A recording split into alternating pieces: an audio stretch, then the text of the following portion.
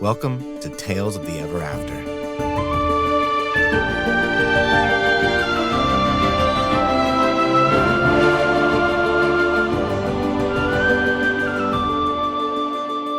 Hello, and welcome back to another episode of Tales of the Ever After. This is a D&D actual play podcast about two adventurers dealing with grief, trauma, and trying to do their best in a world that has been destroyed by an era-defining cataclysm.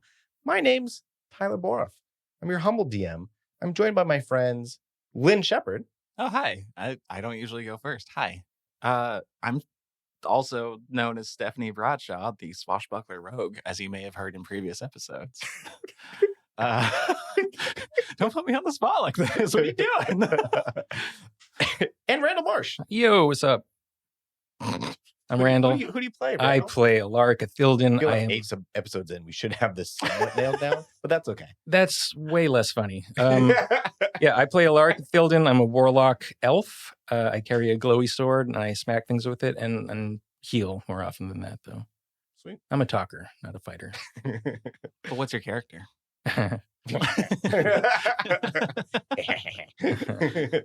Yeah, I did warn you both before I hit record that I was going to challenge your improv skills.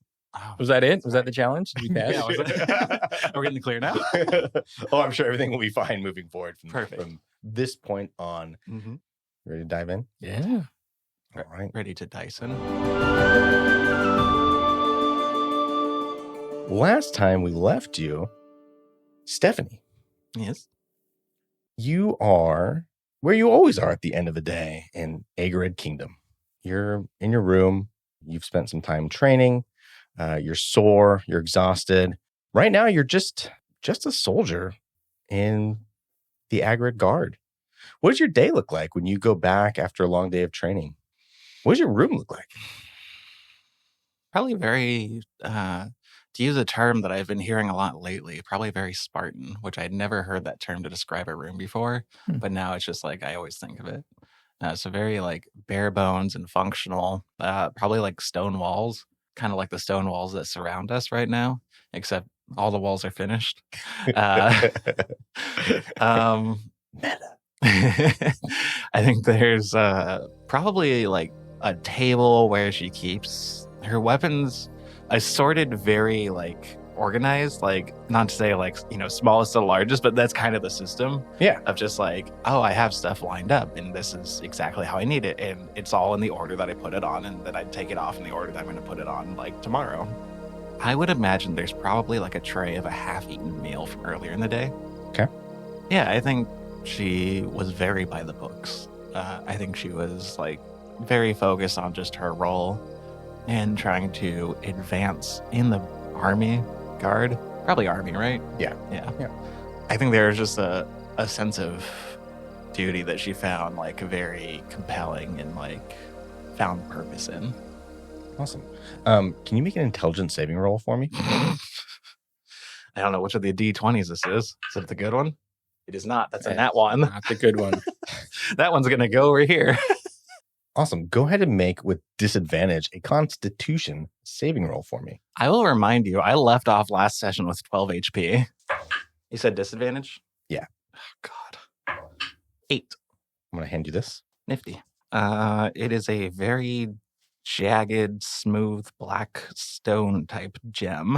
I don't know how you would describe that. It's almost like a caltrop, but like if somebody like failed their architecture and engineering class. I think you're good with a black gem. Cool. Great. Why don't you tell me what I'm holding? You hear a knocking at the door.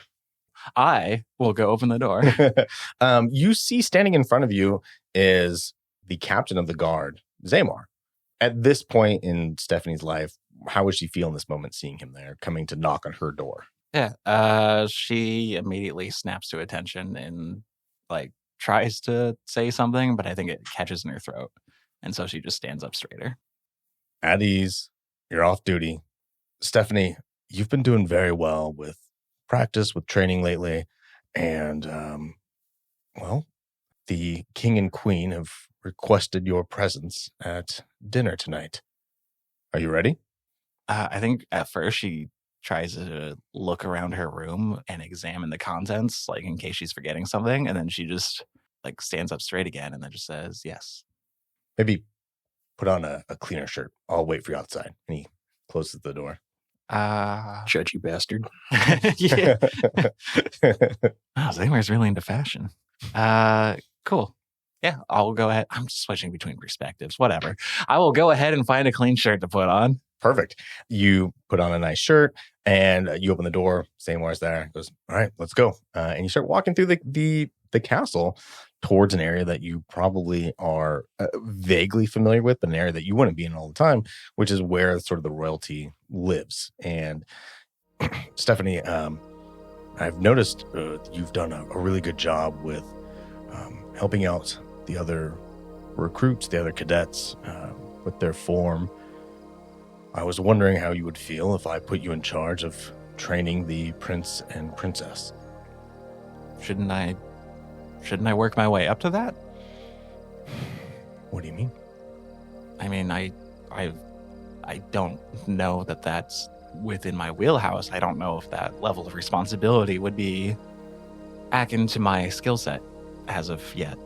I've watched you take down soldiers twice your size. I've watched you train others who I thought were prime candidates to wash out, who've become some of our leading fighters.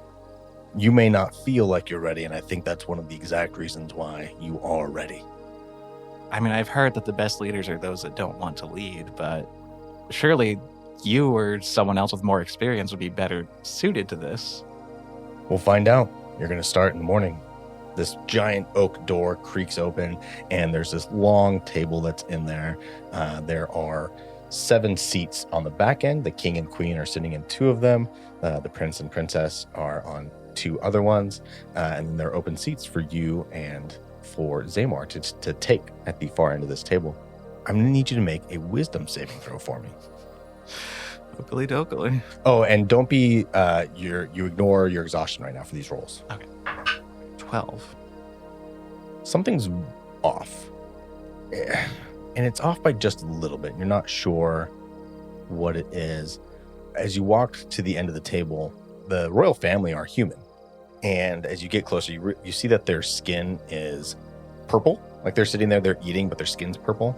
Almost the color of Zamar, because he's kind of like a light blue Goliath, but a darker shade, because it's more on that purplish hue. Their teeth are black. And they're talking like normal. They're eating. Everything's fine. The food looks fine, but it's a little discomforting.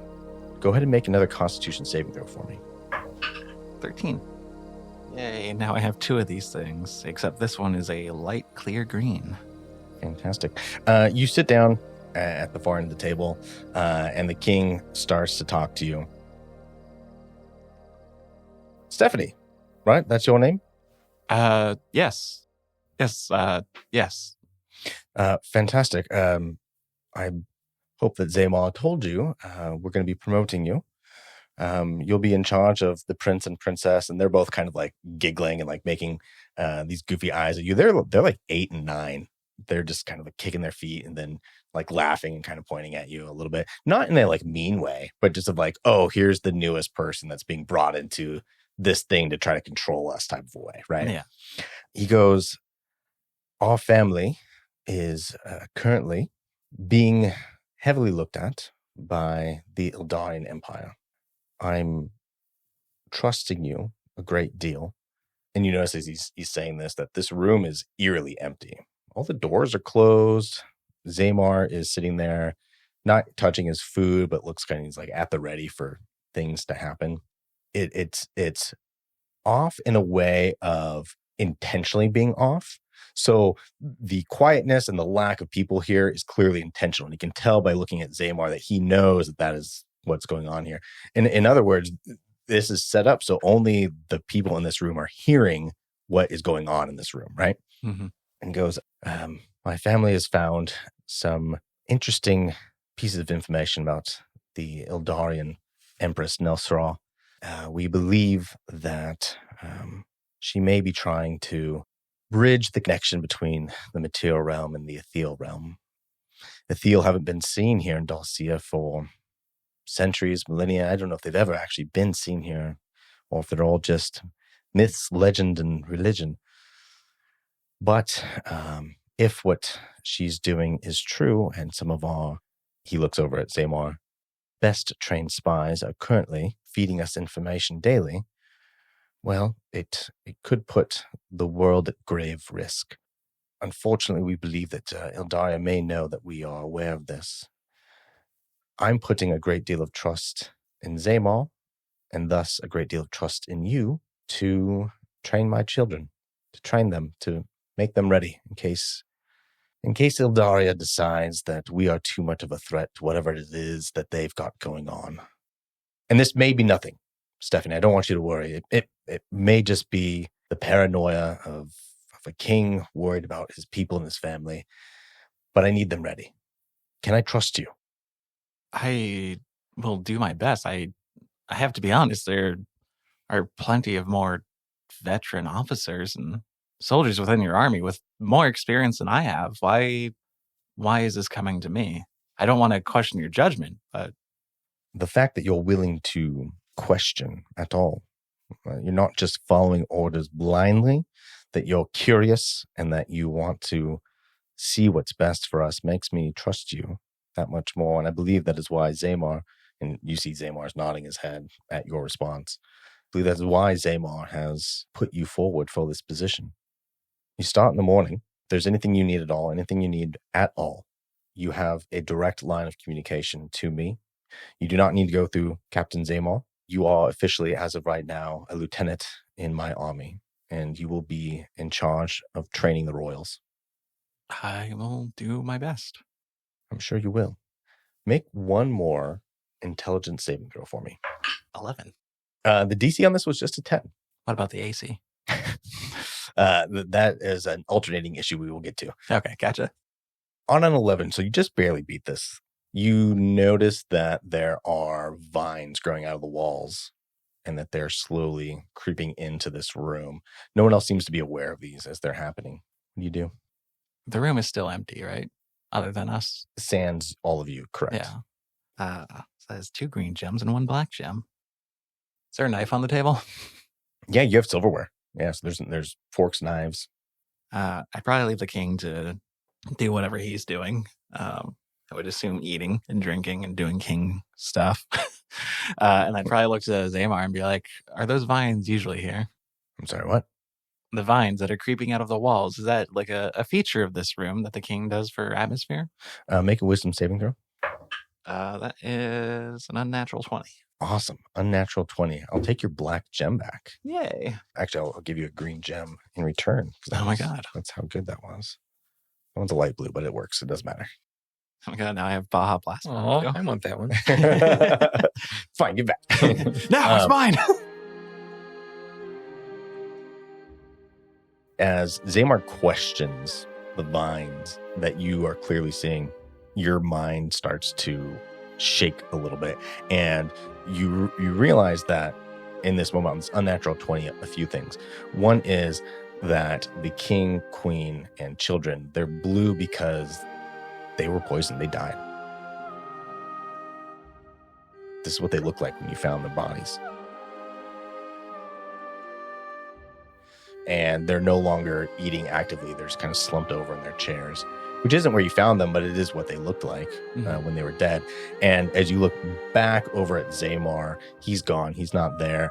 And you notice that the walls are dirt and stone, and that these vines are not just coming out of the walls, but they're attached to you as you kind of gasp awake suddenly.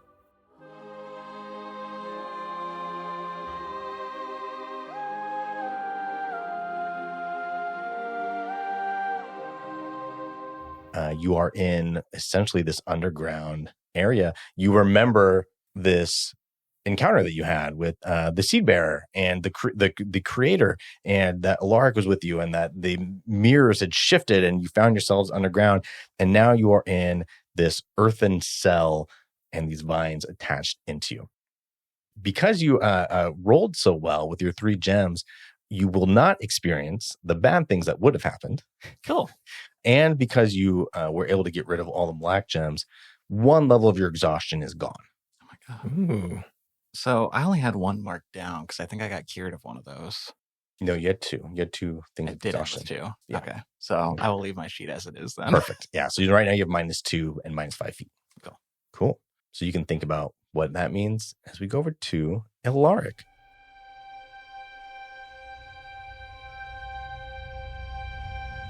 Elaric, when we left you last, you had just returned back home to Willowdew, correct? That's where you live? That's not where I'm from, but I've been spending yeah. Where's your normal home at?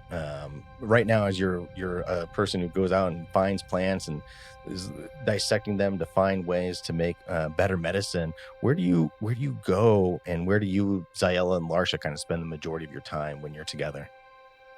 When we're together, I do spend a lot of time in Xyella's home in Willowdew. I do have to spend a lot of time traveling all over Dimwood. I'm one of the better healers, so I am called upon a lot to make house calls and see to people who are sick and injured. But whenever possible, ever since meeting Xyella, I do try to turn to Willowdew. She's got a very nice home. It's well kept. I find myself wanting to travel and roam a little less. Awesome. And in this particular instance, you've just discovered a new plant, and you think that there's medicinal properties to this, and you know that Larsha would be intrigued, so you've invited her over to Xyella's place, and you've got this laboratory sort of set up so you can go through the alchemical tests and understand what these are. Describe for me what you think is so special about this medicine plant you found. Well, I've never seen this plant before, which is always sort of unusual because I do know the whole forest pretty well. My intuition, fair warning, I'm not actually that smart when it comes to detailed botanical stuff. That is more Larsha's specialty.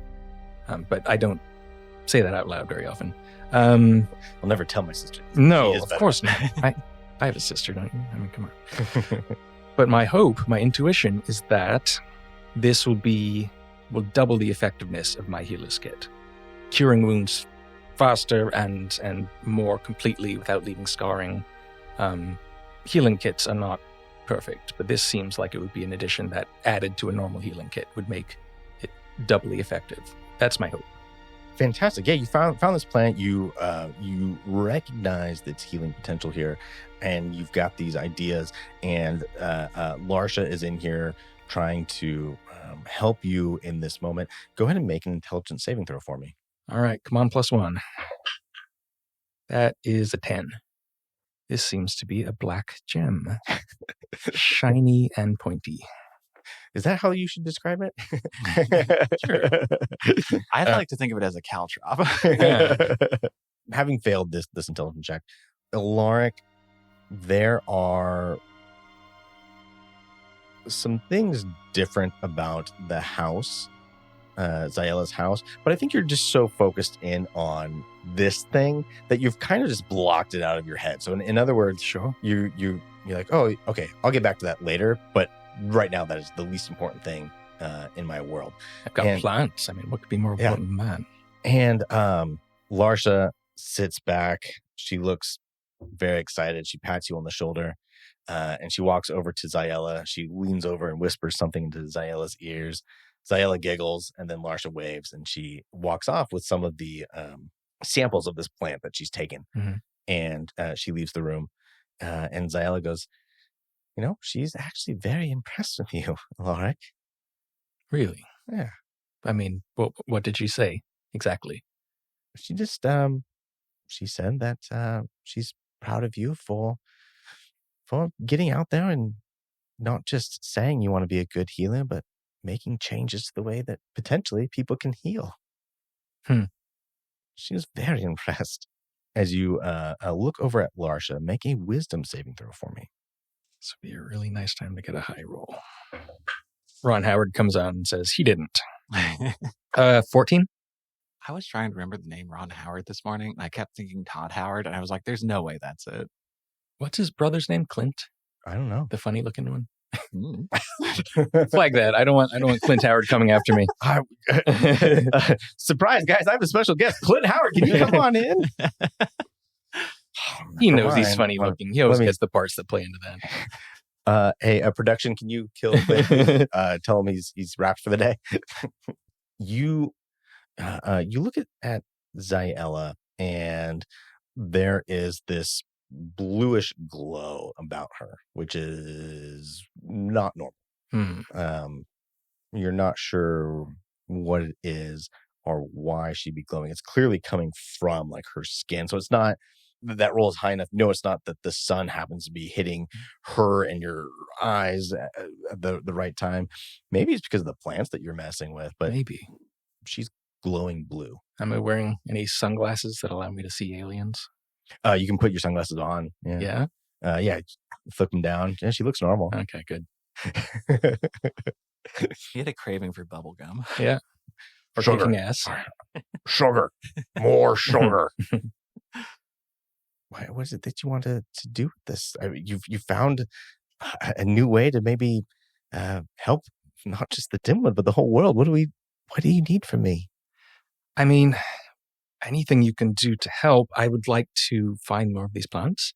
I would like to start working them into my healer's kit, and then probably should practice a little bit on animals perhaps before immediately using them on elves. But yeah, just to get this out into usage. I think this would be a fantastic addition. I think we could heal a lot more people this way.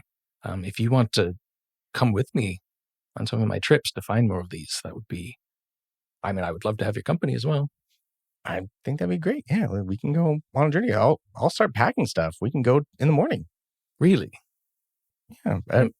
Larsha can take care of stuff around town for a little bit for me. You're going to come with me on my journeys. Usually you just stay here. You have things to do. Are you sure? I don't get a lot of chances to go with you, and this is amazing. I'm just really proud of you. Yeah, I would love to go on this trip with you. She walks into the other room and starts packing stuff. What do you do?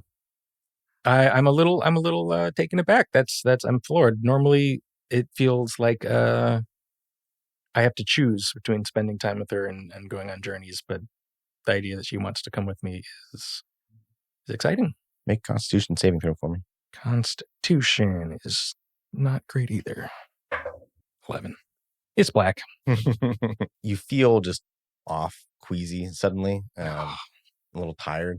Right when I need to take a trip. It's always the way. Describe the room that you're in, actually. What does this room look like? She's gone off. She's packing stuff. It's very, very sort of in tune with the environment. It's some clay walls, but a lot of like tree sort of worked into the tree. So there are some branches and leaves that are sort of worked into the ceiling and coming through the windows. Lots of natural sunlight. There's, a hearth for cooking, and there's a pot, spices, all like bottles and potions, and a couple of nice squishy seats to sit in. Awesome. You hear, it sounds like somebody dropped something heavy, or maybe somebody fell in the other room. Hello? Yeah, I'll go into the other room and look. Yeah, you don't hear anything when you say hello. You walk over there, and it's the bedroom. So she's been like setting some stuff up. There's some of her clothes on top of the bed. And then you see that faint glow coming from the opposite side of the bed. So you can't see the person. You see this faint blue glow. Zyella?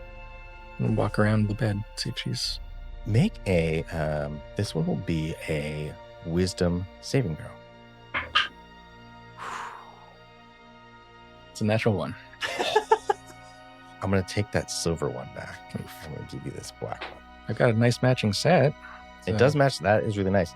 Isn't that beat? I mean, that's like the best hand you can possibly have. Yeah, right? yeah. Three spades. It's almost a flush. Yeah. We'll have to see what the run is. You just need a couple more. You see this person that is there that looks to be sick. A man puts his hand up on the bed, is trying to stand up. The color goes from blue to like a little bit of a purplish hue, and coughing, wheezing, trying to breathe. On a natural one, I think what I'm going to have you do is roll a d12. I rolled all over the place. 5.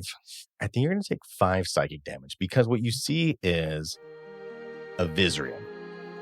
And you haven't met a Vizrian yet, but you know this is a Vizrian, and you know this is your patron, but you don't have a patron because you don't have Meridian yet, but you get Meridian, and you've had Meridian for a while, but you haven't done that yet. And as your mind is fracturing this moment of, I'm in the present, but I'm seeing something from the future, but that's my past, is physically injuring you. And a Vizrian looks at you. You have to wake up. You have to save her. You have to wake up now. Save her. What? Vizrian, I know you. Yes, please wake up. And as you are standing there, what do you do in this moment?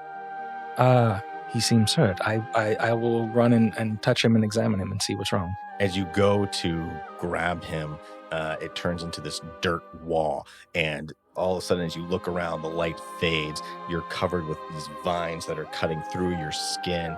You remember this room of mirrors and these tree wardens attacking you. And you remember the seed bearer, the creator, saying this word that shifted everything around you. And you realize that you are also in an underground cell. You have these vines going into you, and you are not alone, but you don't have Stephanie or Caius in this room with you. Real quick, we're going to deal with the fact that unfortunately you have 3 black gems. So it's a good thing, right? Yes, it's going to be the best thing ever. I'm going to give you a choice. You can either take 3 levels of exhaustion. Jesus. Which will take you now, because that'll put you at 4 levels total, which essentially is minus 20 feet of movement. 2 exhaustion points away from just dying outright, and also gives you a minus 8 on every roll you do. Right. Or you can take 2 levels off of your character. Yeah, I'll take the level drop. I will need some time to just go over and make sure I'm not missing anything. All right, Stephanie, go back to you. Hello. You're in this cell. It's dark. You're a human, so you don't have dark vision. Some of the vines glow. There's like this old, like the Hackers movie, like the electricity moving through the internet. Yeah. So it's kind of like that. So you see this very dimly lit goldish yellow light that goes through. So every now and then you can see a flash. Part of it comes from you. Like you can see these vines are sucking energy out of your body. What do you want to do? Am I constricted or do I have movement?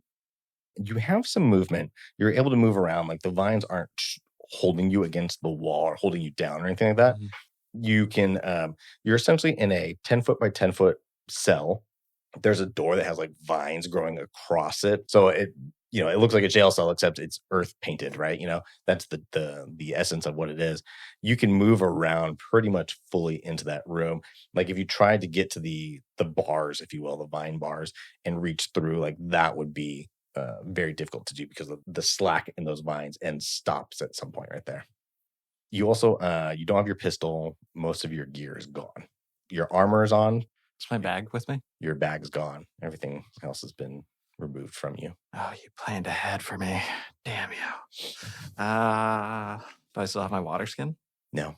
Damn you. Okay.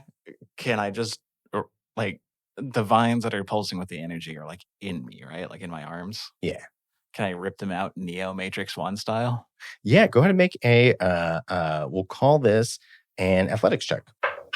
13. 13. You're able to get these out. Roll a d6 for me. 1. Cool. You're able to pull these out, and you're going to take just 1 point. We'll call this piercing damage as you're pulling it out. So you're bleeding a little bit from some of these wounds. But yeah, right now you seem to be free. Cool. So the slack on the vines ends before it gets to the door. Or correct. Like the jail cell door. Yeah. Can I pull the ones that were in my arms and stuff? Like, can I pull those further out of the wall to extend them? Make an athletics check again. 7. I think you get like an extra inch or 2, but you're bleeding, you're still exhausted, you're tired. Oh, did you minus your exhaustion levels? 5. So you get like an inch or 2, but you don't have the purchase. Your hands are kind of slippery from blood. You don't get them to move too much more. I mean, what else is in here with me? Like, is is anybody else in here with me, or is it just like my own fun little solitary confinement space? Yeah, as you decide to look around, as you're like pulling, actually, before you even look around, you're pulling on this thing, your blood is making it slippery and you can't really get it. And you hear this voice go, you're trying the old pull the vines from the wall trick. I turn and look at who's making this sound. I don't have any change, sorry. It's a dwarf. He's just got like a little loincloth. He's got the vines in his body. He looks very emaciated. He goes, hello. It's always good to have a cell partner. The last one, I don't remember how long it's been, but they've been gone for some time. They were friendly, though. Are you friendly? Oh, I'm the friendliest. Yeah, we're going to get along just fine. Wonderful. And what is your name? Bilko. Is your last name Baggins by any chance? How did you know?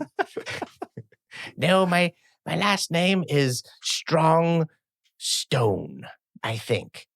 No, it was Thunder Wall. No, call me Bilko. Well, alrighty then, Bilko. How long do you think you've been here?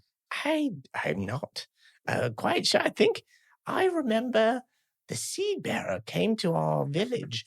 Yeah, it was very weird. We were kind of being assaulted by a roving band of Ethiel, and she came and convinced them to try to help us. And then she asked us some questions, and I've been down here ever since. Just, and he's hanging from the wall, so he's like dancing his feet. It's the prisoner and Monty Python. He's like, yeah, just clapping his hands. He's like, it's been probably a good year or two. The best years of my life. Bilko. Yes? I'm going to get you out of here and show you some fun things in the world. Oh, if it's more fun than this, I can't wait.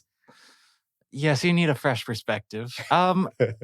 Bilko, because I forgot to ask this to the last people that mentioned Ethiel. It's almost like I was put here intentionally to unfuck your mistakes.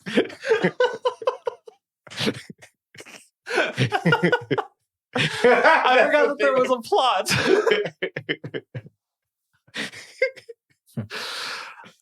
Bilko, out of curiosity.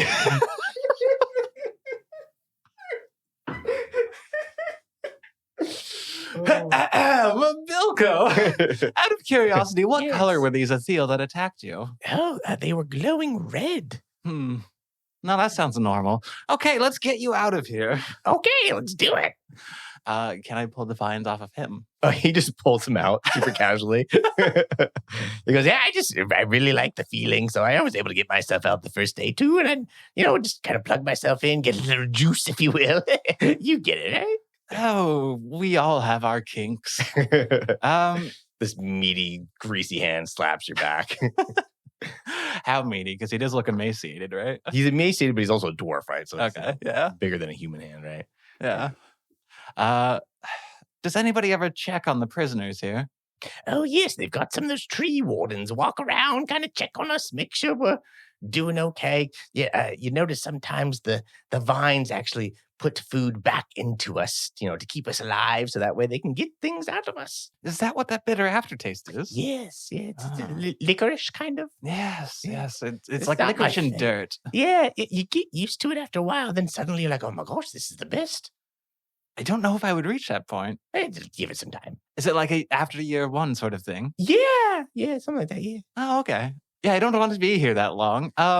Any ideas?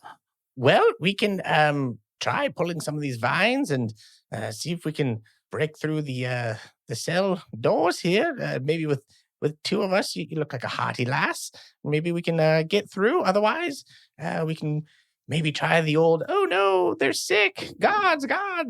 Try the old send help. There is something along the line of send help. Can I just try throwing the dwarf at the door? You can certainly try, yeah. Do you just grab him and throw him? Yes. Okay. Oh, God! Go ahead and make a... Would you use strength, or are you going to try to leverage... is this an acrobatics or an athletics? Acrobatics for sure, for no reason. Okay. For no mechanical reason whatsoever. Just for the narrative. Yeah, maybe I do a... Okay. Yeah, you pick him up, and then so go ahead and do that roll first to see how effectively you can do this. Here's our first bonding exercise. 13. -2. Fuck, 11. I think on an 11, because he's not expecting it, that that will achieve the roll here. So now go ahead and make a improvised thrown weapon attack roll. That's a 7. It's gonna pack up my stuff. Yeah. The story's over. Yeah. You pick him up, and he's like, oh yeah, and you toss him at the thing. And I think, again, because you're covered in blood right now, and you did this so without thought or preparedness, and you didn't coordinate it with him, so he's kind of a little wily because he doesn't know what's going on, so he doesn't know how to help you do this. You chuck him, and he kind of hits like the wall right next to it, like rolls into the thing, so it completely kills any momentum. Yeah, he's like, oh god, it hurts. Why would you do that? Oh god, it hurts. He's like crawling back to the vines. Sorry, Bilko. I thought that maybe that would help wake you up a little bit to prepare us for the next step. He's like sucking on the end of the vines, trying to get some of the juice. He's like, oh god, licorice. Feel free to steal some of mine as well. You might need it. We're going to cut over to Elaric.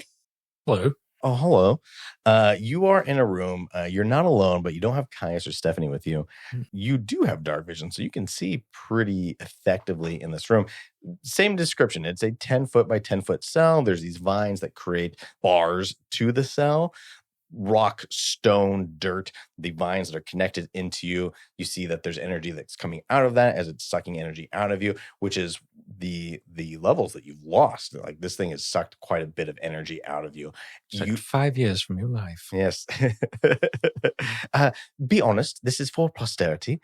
And you notice that there is a Goliath that is also attached to vines in this room. Again, emaciated. So Goliath's usually large, bulky, muscular by nature. This one is large, big boned, but you can sort of see some of the bone through the skin. The skin's a little saggy, not a lot of muscle there. Looks like Lurch. Yeah. Okay. Yeah. Unconscious right now, head down. Looks like a stone giant Goliath. So its skin's grayish, on the smaller side of Goliath. And I wasn't super paying attention for that first bit when I was going over. All of my belongings are gone? Yeah, so all your gear is gone. Okay. You have your armor. Okay. Any clothing that you had on is still there. So armor-wise, you have there, but your meridian's gone. Any backpack or anything else that you had is all gone. Gotcha. Pockets? What do you have in your pockets? I had some rocks. I had whatever we picked up, the little herb that I was examining. Make we'll call this a luck check. Roll a d20. Get above a 10. That's not going to happen. Oh, well, finally, there's a 19. Everything you had in your pocket, so those leaves and the rocks are all in there. Cool. But I'm restrained by vines right now, right? Yeah, so it's the same thing. You, I think because the levels have actually been drained out of your body, it's probably taking you a little bit to sort of wake up and get your senses and your bearing.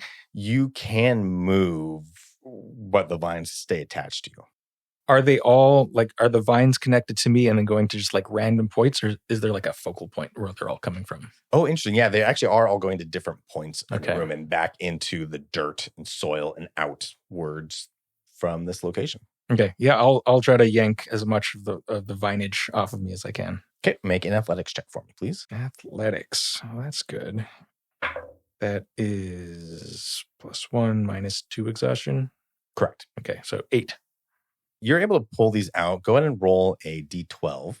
It's a 2. It's not bad. You only take 2 piercing damage as you pull these out. Yeah, you're able to get them all off of your body. But you, again, same thing with Stephanie. So you've got these open wounds. You are injured.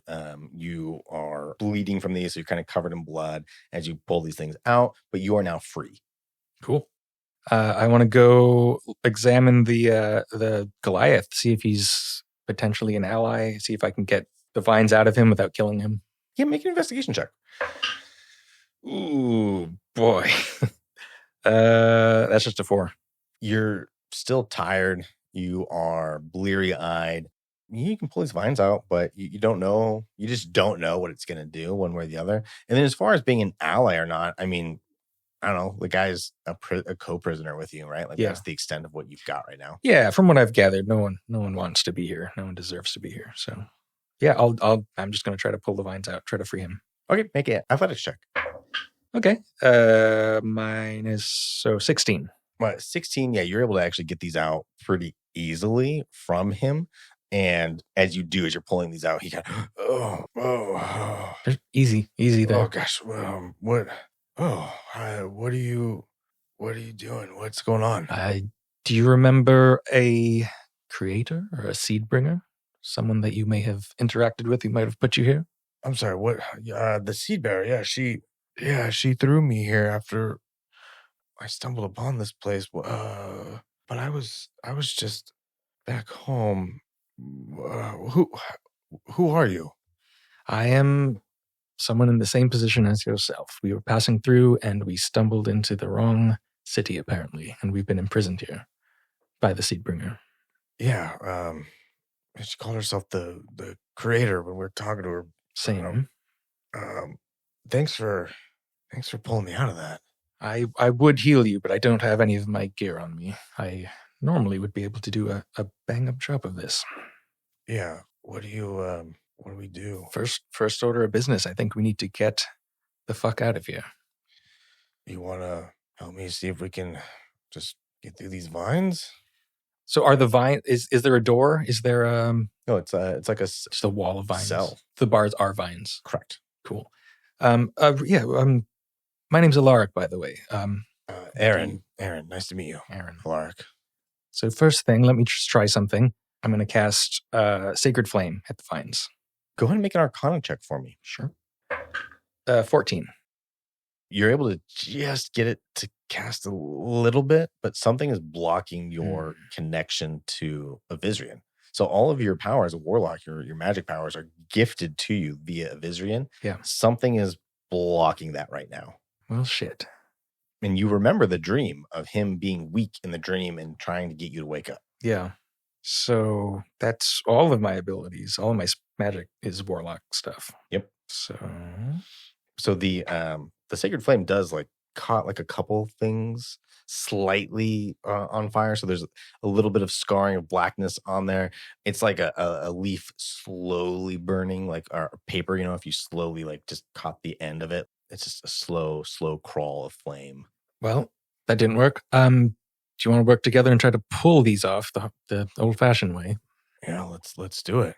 I think the flames will help you a little bit. So Go ahead and make we'll call this another athletics check, and I'll roll for Aaron the Goliath. Aaron, double A Aaron.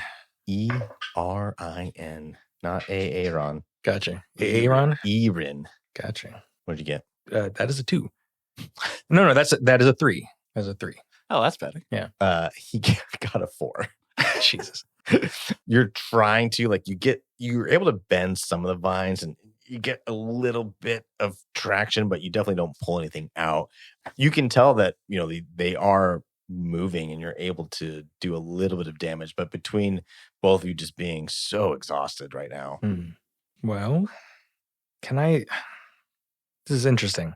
I have a familiar, but my ability to summon the familiar is also from my warlock ability. So if I were to summon Lenoge outside of the cell, would that work, or would he just not appear? So you had lost someone, right? You had just dismissed I dismissed him so like way before we started plane. Going through the. As you do this, go ahead and make an Arcana check again. Oh boy! And remember to minus your 2 because you're exhausted. Yeah, that's a 7. You can see the motes of light that are form the image of Lenoge, and then they flicker and fade. Boy, this really sucks. Can I see through the bars without getting too close? I don't want them to grab me, but can I see what's out on the other side? You can see very easily, which is it's a hallway, and it looks like there's another set of vines for another cell on the other side. Can I sense? Are there guards? Is there any movement that sounds like someone is maybe just outside? Yeah, as you're sitting there, you've cast this flame. You guys were trying. I mean, you already got close to the yeah. Anyways, right? Yeah. You tried pulling it off, and then you kind of backed off a little bit to look. Yeah. And as you cast this, you try to cast this spell out in the middle of the hallway, and you hear this boom, boom, boom. as a tree warden comes up and then bends its head down to look inside your cell. And hide. Move off to the side of the door. Okay, cool. Make a stealth check. Oh, shit. Stealth is dexterity. Whew. That is just continuing the march of low rolls. 7 minus 2 plus 1, so 6. As you hear it before you see it, what happens to where you're not able to get off to the side? I mean, what's on the ground? Are there like It's vines? dirt, stone, It's dirt. vines. Yeah. Yeah, I'll just It's- trip on a vine probably as Yeah. I'm trying to get over. Okay, cool. So you're like on the ground as this thing looks over and goes, Prisoners have removed the energy contaminants. Open cell A5531. and the vines start to open up. Boy, none of my spells seem to be working. Can I try to just slip past him? He's big and slow. Absolutely. Go ahead and make an acrobatics check. And essentially, we're going to do an opposed attack roll. Got you. I don't know if I've rolled. Oh, I did roll good once. I remember 5 episodes ago, I rolled. Acrobatics is minus, that's an 8. What is your current health at? 26. I do have some temp HP still up though. Okay, cool. He's going to do 12 points of bludgeoning damage as you go to sneak by him, and his one of the branches comes down the boughs and tries to hit you. He hits you in the shoulder. You collapse into, or not, sorry, you don't collapse. You fall into the wall as you take that damage, but you're able to keep running. And then the Goliath Aaron is right behind you. He used his opportunity attack against you because you were in front. The Goliath kind of runs out, sees that the guard's distracted, and then it's running with you. Cool. Let's just keep going. Keep going. Let's Cool. go faster. We're going to go back to Stephanie. Hello. The dwarf is drinking the vine juice. Oh, that hurts so bad. Oh, God. I'm going to go back to sleep now. Well, okay. Or you could tell me more about yourself. Did I hear any of the commotion? Go ahead and make a perception check. 17.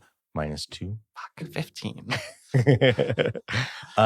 On a 15, you don't hear the commotion, but you notice that the energy, that arcing of the light that goes through the vines kind of stops suddenly, Mhm. and then it turns into like this red that's flashing, like an actual like code red emergency thing.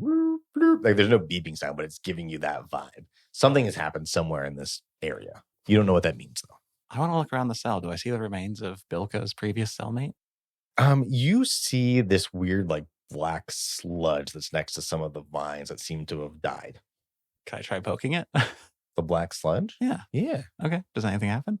Your hands have some just like tar on them now. Is It's like there- sticky black Is there tar. anything in the sludge? No. Okay. Well, that wasn't helpful. I'll just walk over and wipe it on the bars. You do notice that as you do that, like it starts to like sizzle a little bit against the wood. Okay. And you can see that it's starting to like where there was a solid branch that is eating into the wood slowly. What is this fucking puzzle that you set in front of me?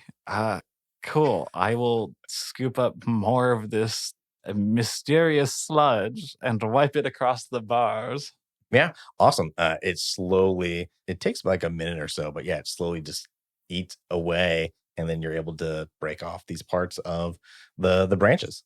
Cool. Make a D20 roll for me. This is going to be a luck check. You want it to be above a 10. What if I got a 6? As you rip all of these bars off and you have a hole, you hear this boom, boom, boom. And you know that a large creature, you, Lynn, know this is a tree warden. Stephanie hears a large creature, probably can deduce that it's a tree warden or something massive walking towards you. Are there vines on the ceiling?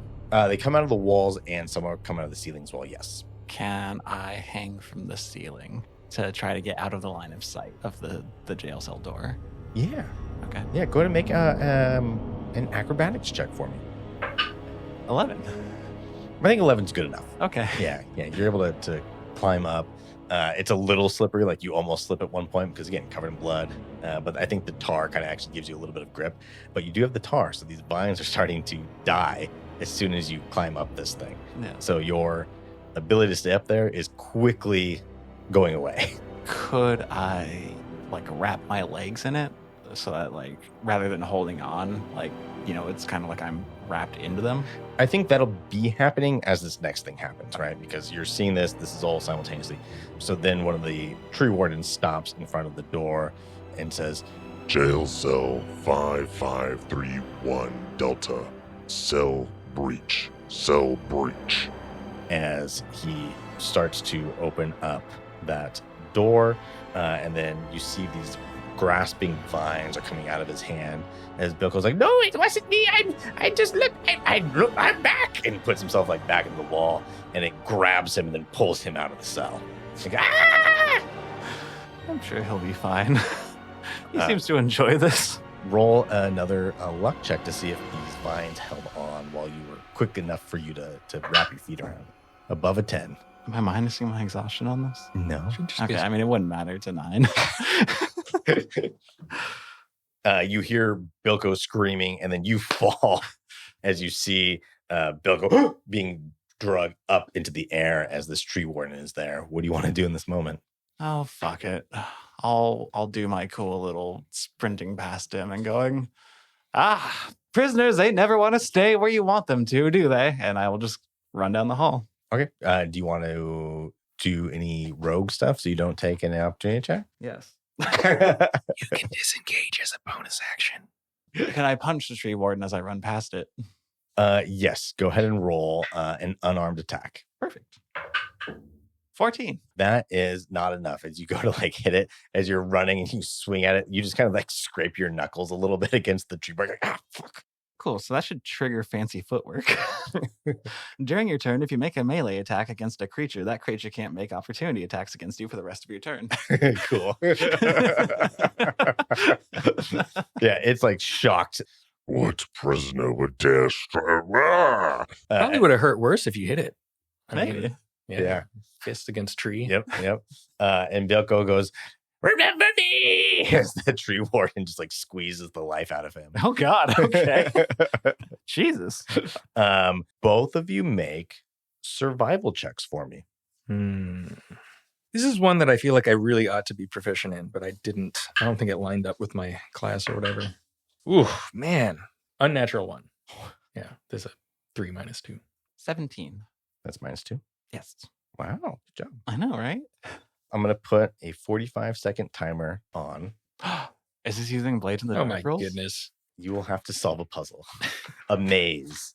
Oh, my Christ. On a 17, yours is this one. So put it face down for right now. Don't look at it yet because I'm going to have you both flip it up at the same time. So you will start from the center of the object. Oh, that's easier. On your 1, yours will be this one. So start at the center. And So you have to start in the center. So what I'm going to have you do is I'm going to have you flip it over. Then I'm going to kind of narrate as I'm watching both of you. I'm going to set a timer on my phone for 45 seconds. And then what we're going to do is, so your survival roll was dictating the difficulty of the puzzle. In 45 seconds, if you can get out, obviously that's the best outcome of what the next step will be. And then depending on how close you get to the exit, if you don't get to the exit, I have written down sort of the scale of what that means will happen. So random encounters will happen and determine how we move forward from there. Cue the Jeopardy music. So hold on. Yeah. So I've got 45 seconds. I'm going to tell you to flip it. I'm going to give you a moment so you can, I mean, obviously it's the center of the paper, but that way I can see that you've both clocked it. So you're going to want to have a pencil ready, and then I will start the clock. Are you both ready? Any questions before I have you flip this over? Understand? So you know, dear listener, we were just handed sheets of paper with a physical maze on them. Yep. Mm-hmm. So. And go. Oh, boy. Okay, so Elaric has a large Where's the puzzle. Oh, there's the exit. Okay. Yeah, gotcha. So Elaric has a very large puzzle. It's a rectangular one. Stephanie has a triangle one with not a lot of sides on it. That one's much easier. Lynn is still laughing, which means she's not having too much luck despite the easier maze. This is very dense. Randall's is practically impossible with 45 seconds, but that is what an unnatural 1 gets you. What? So, oh, shit. What do I erase when I 10 go back? seconds left. Oh, shit. Okay. When did you start it? About 2 seconds after I saw you guys both go towards the middle. Okay. That's not the right way. Cool. Go ahead and stop. Oh, really? Okay. 45 seconds goes by a lot faster when you're fighting for your life. That was Go- 45 seconds? Go ahead and hand me your Oh my puzzles. God, I was so close.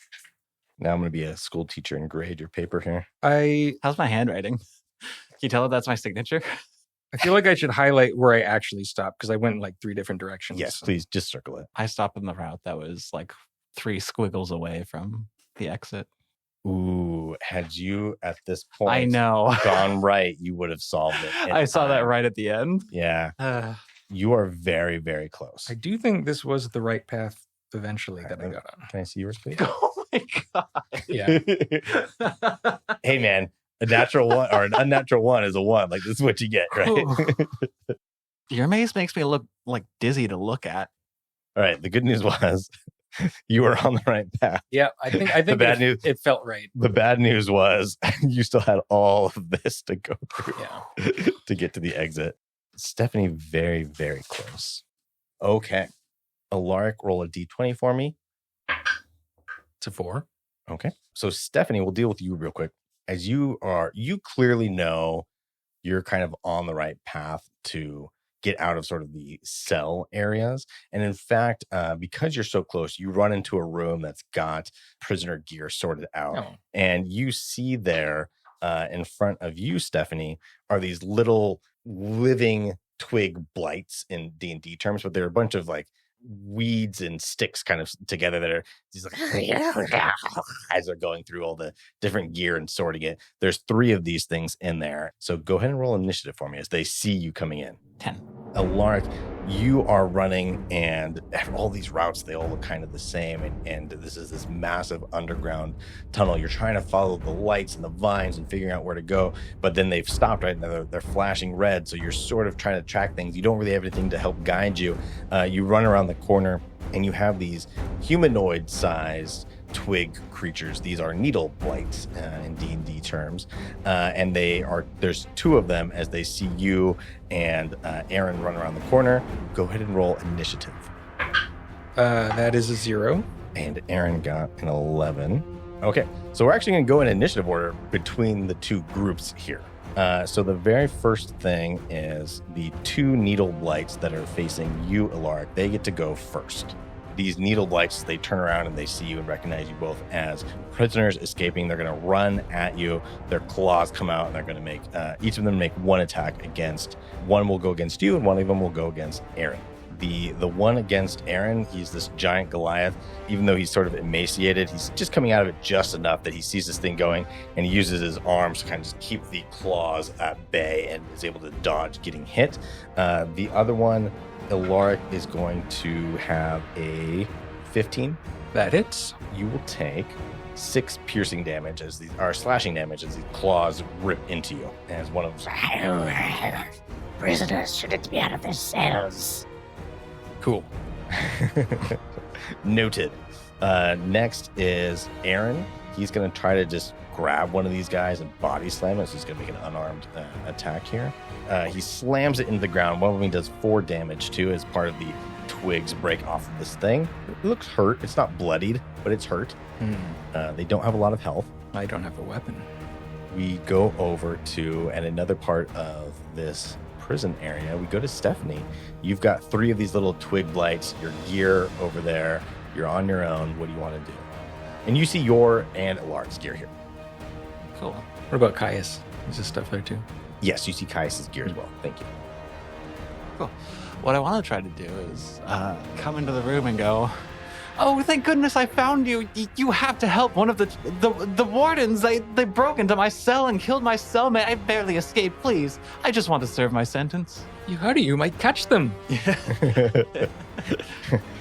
They're like, "Arr, arr," and they start coming towards you. I'm going to actually have them roll deception against your insight. Okay. So roll an insight check for me. They get a 13. Mine is 17. Cool. They're like, oh, no, it's okay. We'll help you. And you can tell that they're about to just fuck you up. Cool. I just want to slip past them and try to grab like my scimitar. You will need to either bonus action disengage or you're going to have to take 2 opportunity attacks. I will bonus action disengage. Okay, perfect. Bonus action disengage as you run towards them, like, hey, we're gonna hear as they go to attack you. You're too quick on your feet. You get past them. You are able to grab your scimitar as a free action. I'll attack the closest one. Excellent. Roll an attack roll. 15. That's minus the 2. Yeah. Perfect. 15 will hit. Go ahead and roll your damage. Ooh, 7. You immediately just cut one of these things perfectly in half, like, and it falls apart.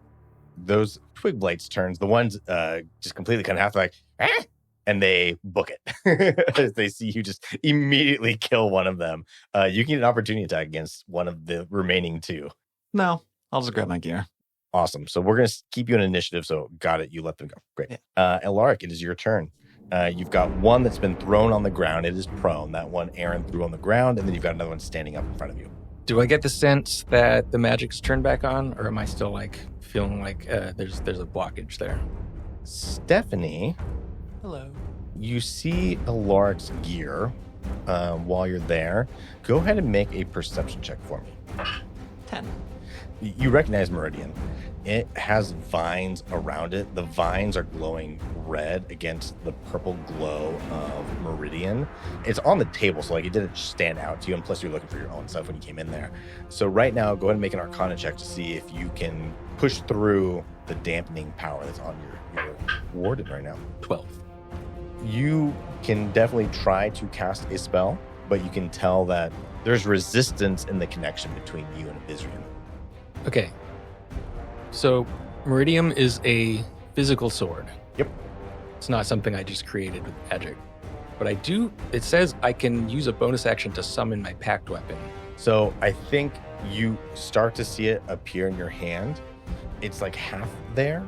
In other words, like there's something there. You can use whatever's in your hand right now, and it'll do some level of damage. It'll essentially will cut all your damage in half, as like it still can't quite make the connection, whatever is holding on to it. But you're able to get like part of the physicality, the material aspect of it into your hand right now. And Stephanie, cutting back over to you, you can see like this thing is straining to escape from the energy, and the red energy light from around the vine is actually growing stronger as it's trying to fight back against whatever's happening. Is the other needle blight right in front of me? They're both within striking range. One's prone, so you get advantage on that attack, and the other one's standing up. I'm going to try to cast a spell. I'm going to try to Sorcerous Burst, shoot a big bolt of fire at the one that's prone. Awesome. Go ahead and roll an Arcana check. 9. It just fizzles on a 9. It just doesn't quite do anything. It scares them, like they both kind of step back. They'll get disadvantage on their next attacks on their turn, but the damage doesn't manifest. Okay. Going back to the top of the round, it is those needle blights. The one that's on the ground is going to use half of its movement to stand up, and then it's going to make a claw attack against Aaron, and then the other one will make a claw attack against you, and they're both going to roll a disadvantage, so I'll roll one at a time. The first one misses against you, Elaric, and then the other one, scared and a little bit hurt as it goes to swing at Aaron. Again, he just kind of grabs that twig arm and is able to shove it back down. With that, it is Aaron's turn. He's going to try to do the same thing against that twig blight. He's able to damage it again, unarmed, as he slams it down. This thing, it looks on death's door as he slams it back down on the ground. You can see a lot more branches twist off of this thing, and it's just trying to keep all of these things still together. Still alive, but just barely. Stephanie. I mean, since we established I would know what's happening with the sword, I suppose I would go, I'm sure he's fine. Oh, this would be so much easier if he wasn't alive. Okay, I will find him, and I'll cut it free. Okay, cool. Use your action. Go ahead and make an attack roll for me against the vines. 19. Easy enough. Yeah, you slash through these vines. A little bit of that reddish, almost blood kind of drips out of the vine. And when that happens, the glowing red vines that are around that all immediately decay. And then you see Meridian just disappear as pops back into your hand. Well, hello. I hope that was a good thing. I hope I did the right thing now. He's going to be so mad. It's gone forever. So you found all of our stuff except my sword. I swear it was gone when I got here. This is just a holding area, right? It's not like a control room. Just a closet. So there's a supply closet. There's your guys' gear. And then go ahead and make, in this moment, a perception check or investigation check. You can choose as you're looking around the room. It's a 9. You see your guys' gear. There's some other stuff you don't recognize, so it doesn't pop out at you right away.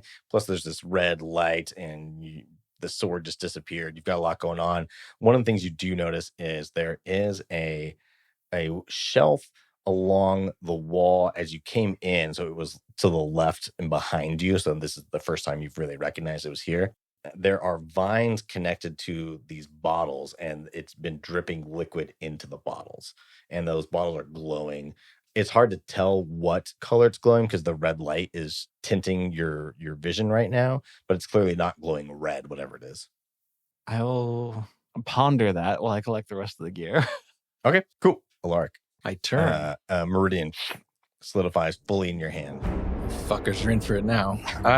Yeah, I'm going to take a swing at the one in front of me. I do need to account for one less proficiency and exhaustion, but... All right. Yeah. Yeah, finally. Okay, so that's +6. That is a 24. That definitely hits. Roll damage. That's 12 radiant damage. Against the one that's undamaged or the one that's almost dead? The one that's undamaged. And then I get to take a second swing. This one looks just as bad as the other one. Cool. I'll try to finish him off. 13? 13 will hit. Cool. Yep. Another 13 points of damage. Describe how you finish him. I am headed up to here with these motherfucking branches in this motherfucking dungeon. The sword glows real bright when I grip it because I, finally reconnected with it. And second attack, I bring it over my head, bring it down overhead, right through the middle, smashing it into tinder. Fantastic. The needle blight is up, the last one here. The one that's on the ground, it's trying to just get itself back up. It sees that it's outmatched, but it knows if it tries to run away, that it's not going to make it. So it's going to just make a heroic last stand. It is going to swing at you, Elaric, because it's hoping to, if it can get rid of the person with the shiny sword, that maybe it will be able to survive to fight another day. And that will be an unnatural 20 to hit. You will take 6 slashing damage. Okay. As this thing's claws in your hand. And with that is Aaron. He sees you take that hit. He's going to try one more time to just... You can tell that this thing is beat up. He's not going to try to slam on the ground. He's going to try to punch straight through it. And he will hit. His minimum damage will do it. This thing claws into you. And as it backs up, his fist is already coming through. Hits it in the face. Completely shatters all of the wood and twigs on this thing's makeshift face as it collapses to the ground. And we will go ahead and exit out of initiative. And Aaron goes, "Oh, you're a good fighter." No, it was very fortuitous that we met. I don't think we could have either of us handled this alone. Agreed. Shall we keep trying to make our way through here? Yeah, hold on. I'm going to top off my temp HP because I can do that. I need you flask. Oh shit! I guess technically, canonically we've established that you have your flask. I could use my sword as a spellcasting focus, but you're right. I've already established. I will use the message cantrip to try to get in touch with Stephanie. What is the range limitation on message? That's a good question. It's 120 feet. You send out a message and you don't hear anything back. Okay. And I will tell Stephanie you don't know that a message was sent to you. Gotcha. I'm pretty low on HP. I could use my last spell slot to top myself off, which I think is probably smart. Yeah, I'm going to cast Cure Wounds on myself, which is not as powerful because I'm at level 4, but it's still better than nothing. Cool, you do that. Stephanie, what are you doing in this room? So we're out of sort of initiative. Obviously, you're kind of you can't just sit here. You're at risk the longer you stay here. You've got these bottles. You've got your gear. What do you want to do? How many of the bottles are there? There looks to be about a dozen of these bottles on there, but they're relatively hefty. So you wouldn't be able to carry all 12. You could easily, if you're going to be carrying your companion's gear with you, you can maybe take 3 of these bottles. I'll do that. Okay. And then was there any other gear, from other prisoners in here? On your 9 perception check, because of the time constraints, you don't see anything else of value in here. Cool. Yeah, I'll just scoop those up and then continue trying to make my way out of my triangular maze. Both of you go ahead and make survival checks for me. Survival is... Ooh, finally. 17. 0 + 1. Oh, don't give me another maze. All right, this will be yours. Oh my Face God. down for a second. This is going to be yours. Keep face down for a second. Okay. Wonderful. Okay, I'm going to put a minute 20 on the clock. Actually, we'll do this. All right, immediately find where the exit is. So each of you pinpoint that, and then I will start it. So go ahead and flip meow. Oh, there's like multiple exits. All right, Elaric has a hexagon one. Stephanie is a giant circle. As we all know from listening to Lynn, she is totally capable of multitasking and narrating her own journey. As you're running through these mazes of cells and other rooms that you're finding and running through, Oh, man. the lights start glowing normal again as the light shifts. So they've made some sort of decision about where you're at or what you're doing. They've clearly lifted the emergency signal. You've got 30 seconds left. Made it. That was a little scary there for a second. Elaric has finished his, double checking his work. Just making it real clear. Make it real clear that he did it. I'm looking at Lynn, who seems to be very close to the center of the maze still. You shut up, Ty. You know what you handed me. You've got 10 seconds left. Hell yeah. So excited for this. Stephanie carrying a bunch of gear. Time is up. Carrying just everyone's stuff in these bottles. I think I You just actually got fairly close. completely bogged down, making it very difficult for you to figure out where to go here. One way out. Okay, I think what happens is, Elaric, you solved yours very quickly with a lot of time left on there. So as you're run into poor Stephanie, who just looks completely lost, confused, panicking because she can't find where to go next, carrying all of your gear. Oh, is that my flask? 10 Yeah. HP? You Well. did nice. Before you even check on Stephanie, just like, hold on one second. Let me just get to this flask. No more spell slots, no more healing light. Got very little to offer Stephanie. Cool. You find your gear, put your gear back on. You've got Aaron, the Goliath here that is with you. Aaron, Stephanie, Aaron. Nice to meet you. Oh, you had a cellmate. That's so odd. I had one to myself.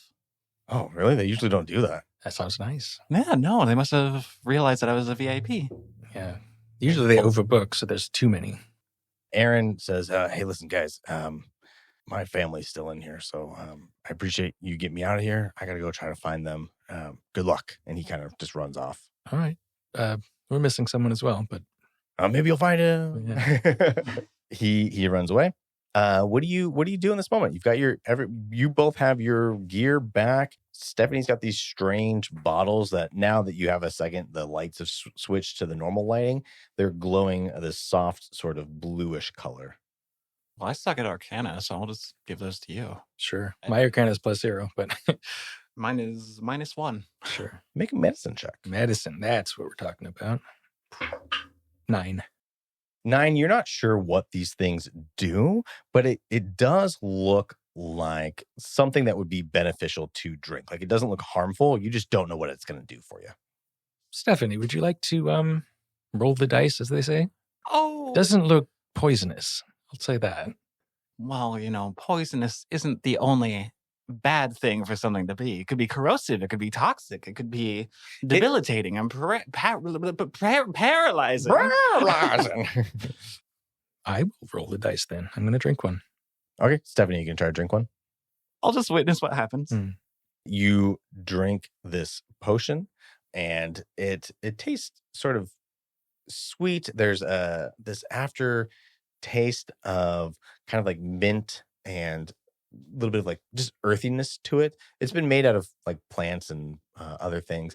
Also, you don't know this, but what Stephanie would have seen and did not tell you is, some of the energy is being dropped in here that's being sucked out of people as you Soylent Green. Yeah, it is Soylent Green like. As you drink this one potion, you recover one of your levels. Oh, that's a big and level. your exhaustion is removed. Well, I still don't know what this is, but I feel fine. Well, in memory of my cellmates that didn't exist, I suppose I will drink one too. You hear Bilko's voice like, oh. as you drink it. Your exhaustion is lifted from you, and you benefit from a long rest, Stephanie. Oh my god.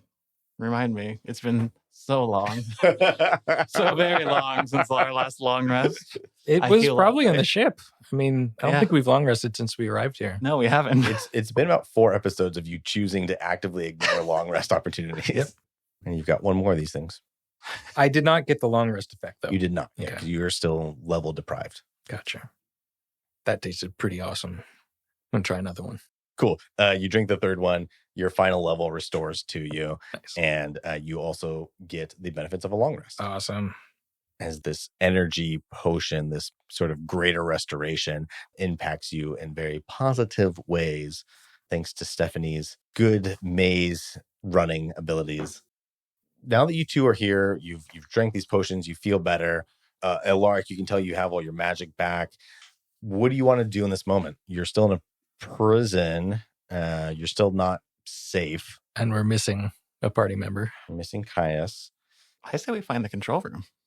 I mean, we can just look around. I would like to find Caius. He's been a friend of mine for a while. Go ahead and make Stephanie, actually both of you roll just an intelligence check for me. Oh. +0, but it's a 19. 2. I have a -1. Oh no. Elaric, the idea of sort of a control center might make sense in a prison that was made out of magic or had wizards that sort of controlled it because they would have different spells up to sort of control things. You get the idea based on what you've experienced that the idea of a control center doesn't apply to this. A lot of it is based off of the root system and the connections and whatever they're speaking to and working with each other. Like it's a neural mycelium network. Yep. I'll do my best to explain that to Stephanie. I'm just nodding, not taking any of it in. You're like, if we go this way, we can find the control room. Yeah. So you're saying there is one? Just for fun, I'm going to try the message spell again and see if I can contact Caius to see if he's close. Go ahead and make a Nice. D20 luck roll for me. Ooh, awesome.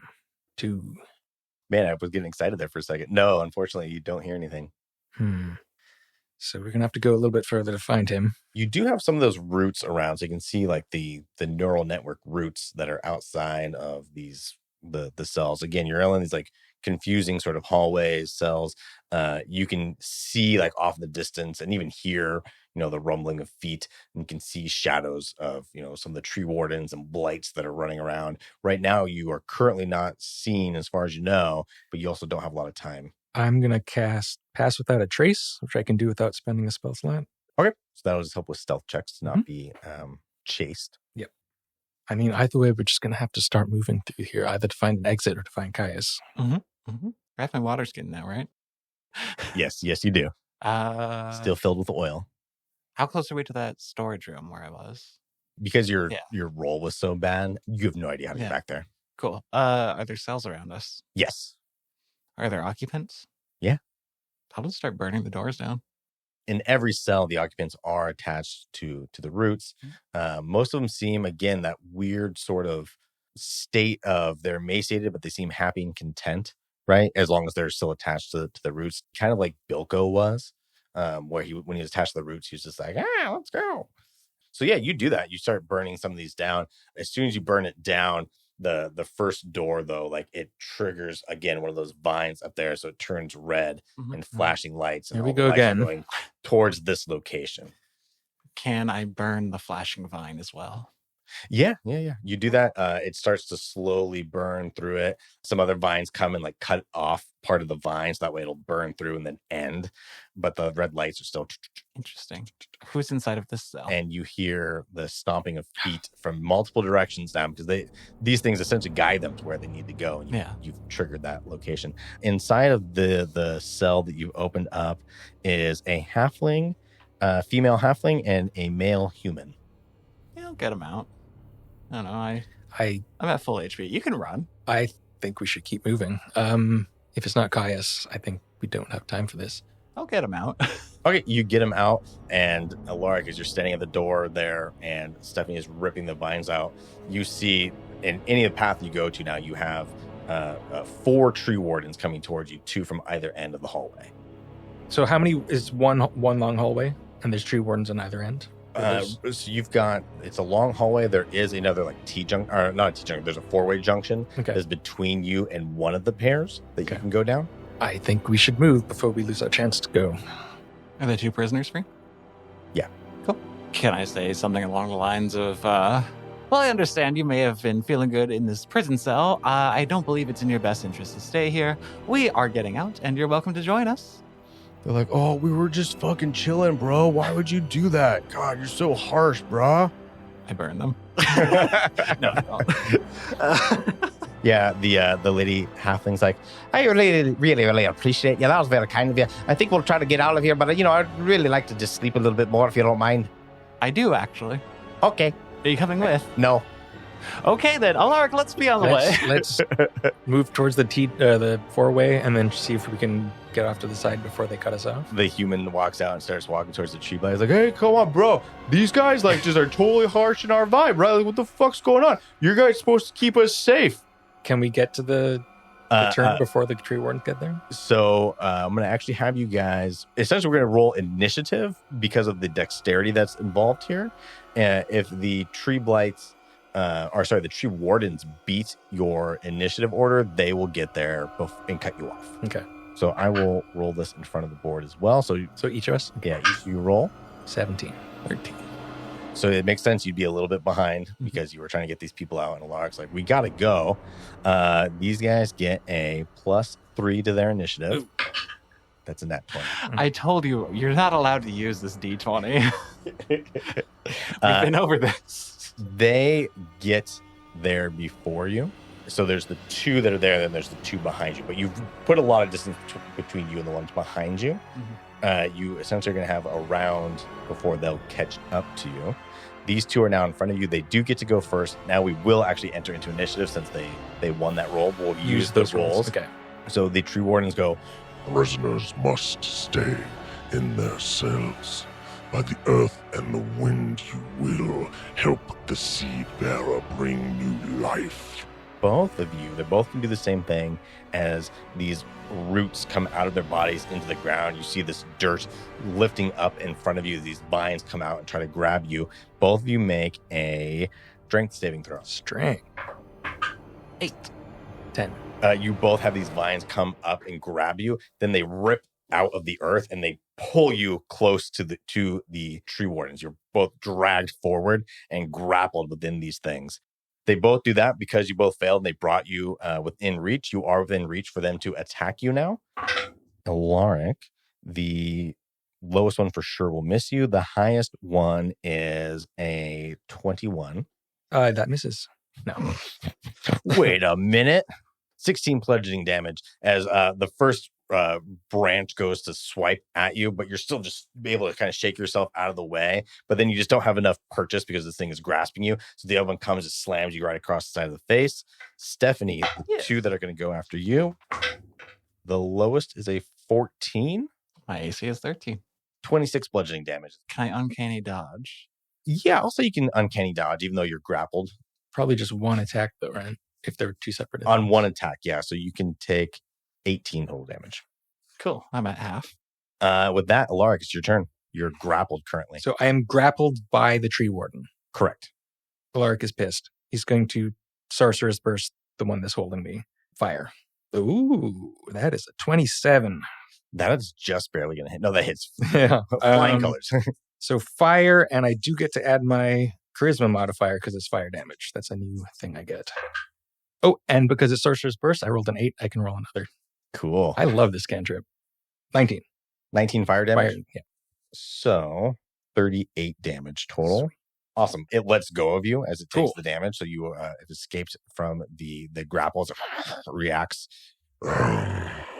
Must not damage tree life. I think you're going to be the exception. I would not normally, but you are pissing me off. Okay. What else do you want to do on your turn? Actually, sorry. At the start of your turn, because you were grappled, I thought this was at the end of your turn. Gotcha. At the start, 15 bludgeoning damage from the grapple. From the grapple, squeezing the life out of you.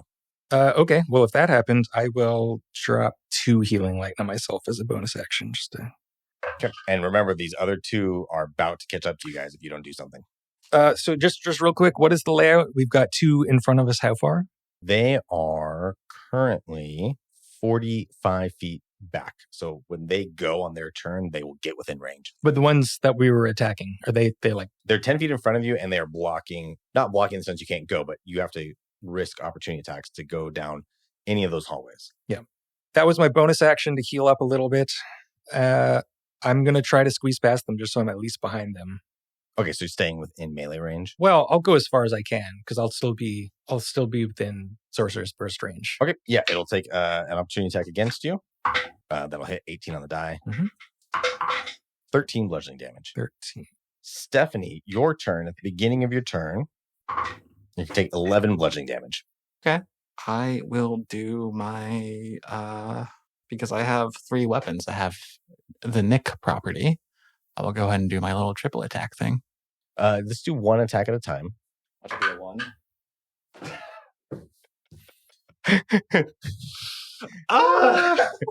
Why'd you call it? Why didn't you say, look, it's going to be a nat 20? Well, was it a nat 20? It was a nat 1. It was a nat 1. No, but was the first one? Was that a... It was a 19. It's going to be a 19. Oh, jeez. God. So that is 21. 21 will hit. That's just going to be 11 damage then. Doesn't seem to be that impacted or care that much about what you've done. Okay. The other 2 tree blights get within range. With you being grappled, 4 tree blights are going to attack you. They Oakley. you were able to get that close with just their movement. They didn't have to like That is dash. 30 feet. Stephanie is Can you say 45? 10 feet away. Mm-hmm. And then they have a 15-foot reach. Jeez, okay. The one that was swiping after you, Elaric, is going to go after you again. The lowest hit is an 18. So yeah, that did hit. Okay, so both of them will hit then, because that was the lowest one. Oh, sure. Yep. 34 bludgeoning damage. Jesus. Okay, I'm down. They do non-lethal, so you're just knocked unconscious. Stephanie, I'm going to roll the first. There's going to be 6 total, so I'm going to roll 3 at a time. What's the base damage for their attack? One of them got a nat 20. I'm not going to roll for damage. Yeah. You are knocked unconscious. Yes. Because I have 7 HP. Both of you are knocked unconscious. You go back to kind of this liminal space where you're remembering Stephanie of the king telling you about these statues and these powers that they found of opening up the realm between the material and the ethereal realm, and connecting these dots of why the royal family was even assassinated to begin with, and the threat they brought to Eldaria. Elaric, you think back about your fiancé and how she was willing to give you this attention and go with you. And you remember your sister being proud of you. And as you both open your eyes, as you are dangling upside down, these vines wrapped around your feet, you're in this wide open circular room, and in the center of it is this glowing fragment of a statue, and you see the seed bearer standing next to it. Well, it's just a pity they couldn't accept their place in all of this.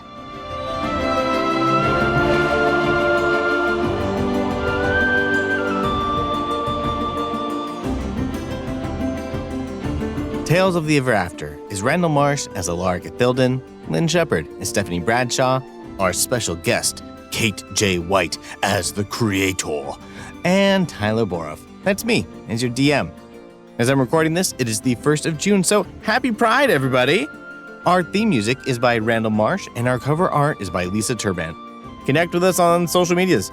We're on Instagram threads at Tales of the Ever After, and also on Blue Sky at Tales of Ever After. As I said last time, I've been better. I did it. I followed through. Yay me. We'd love to connect, so reach out to us on any of those platforms. Episode 8's Tea Time will be out next week, Tuesday, June 24th, and Tales of the Ever After. We'll be back with Episode 9 on Tuesday, July 1st. We'll see you then.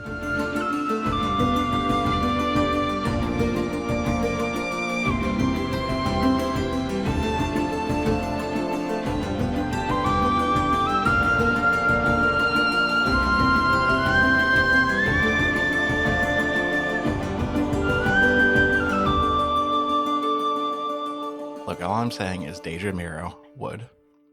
Ty, this is why you're the voice actor. I think that will be the opening right now. Yeah. Oh, perfect. Yeah, woo. Cool. Hey! Hey there! Tales are from the subscribe. Shit. Everything. Everything. Hello.